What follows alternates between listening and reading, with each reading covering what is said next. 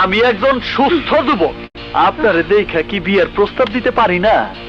পারো, কিন্তু তার আগে আমাকে দেখতে হবে তুমি কি করো। মানুষ খুন করি। মানে? হ, টাকা দিলে আমি যে কাউরেই খুন করতে পারি। সর্বনাশ!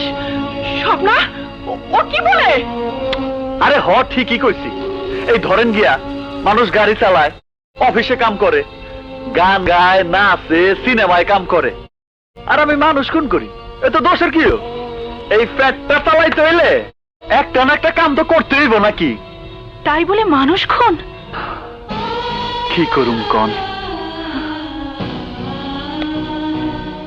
আমার তো আর আপনার মায়ের মতো মা ছিল না।